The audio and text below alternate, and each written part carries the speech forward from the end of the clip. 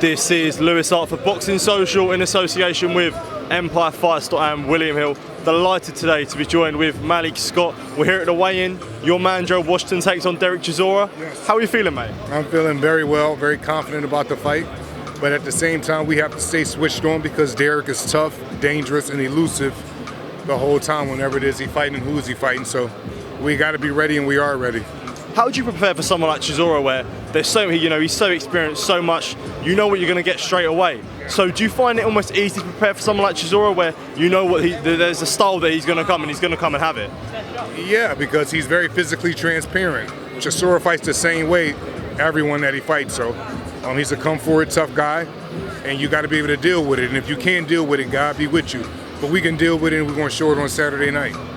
So with someone like Gerald, when you're sort of preparing him for fights, where he's been a bit inactive recently, he hasn't fought as much, at the stage in his career and at the age of his career, how carefully would you manage a camp with someone like him? What to say? Well, that makes it a little bit more easy. The more you could say down the rabbit hole a fighter may be, because then it's my job to do the maintenance there. And when I mean the maintenance, I mean to clean up his base, clean up his hand positioning, clean up his output and everything else. So he's been doing all the drills. It's been going on for over a year now. We've traveled together, boxed everyone at the high level, Usyk, Deontay, everyone. So he's ready, more than ready. When you look at now, this whole card it's called heavy duty. There's so much heavyweights on it. A heavyweight main event. I think there's 4 heavyweight fights on the card. So being a part of a big card in the UK, and someone like yourself who's a heavyweight, who was a heavyweight, and you see the position that it's in now, is it good to be a part of a big card like this, training Gerald? Absolutely, absolutely, because it's heavyweight boxing. I love training heavyweights. I once was I'm still a heavyweight, but now I'm actual active, world-renowned trainer that's a heavyweight. So I love the big man. I love the big man game. And what's extremely sexy about it is you have to be switched on during the whole fight. You can't take your eyes off of your opponents.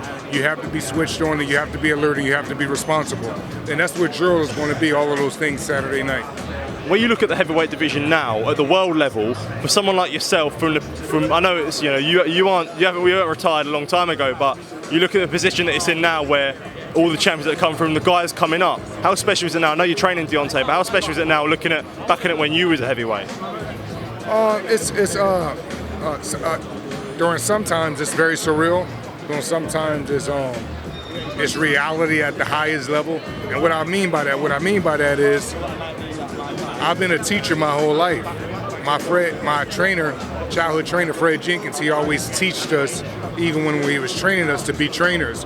Always film study, always had a major love for the game, always wanted the best for all fighters, including myself. And now I just get to give my knowledge and my teaching to anybody that's willing to drill and willing to do these things. And I'm having fun doing it. Do you think that in your career there was a part where after the sport, you was thinking, I want to be a trainer, you were taking bits from the coaches that you were under, sort of taking little bits from them, saying that one day I want this to be me? Yeah, because I spent tons of years around Fred Jenkins, tons of years around Emmanuel Stewart, tons of years around Harold Knight, tons of years around Lennox Lewis. So the knowledge is not the problem because I was brought up in it.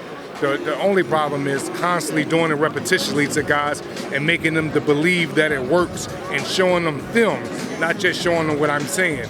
When I want to train a guy and let him know the difference between his rights and wrong, I show him film. I don't give them dialogue. Fighters like to see stuff. They don't like to hear shit. 100%. Well, we'll talk about the main event, which I'm sure you have one eye on, where potentially down the line we could see your man Deontay fighting him. So Deontay's last opponent was Helenius. So you sort of keeping one eye on that fight that, this could be Deontay's next opponent? Oh yeah, definitely. I'm a natural scouter reporter anyway.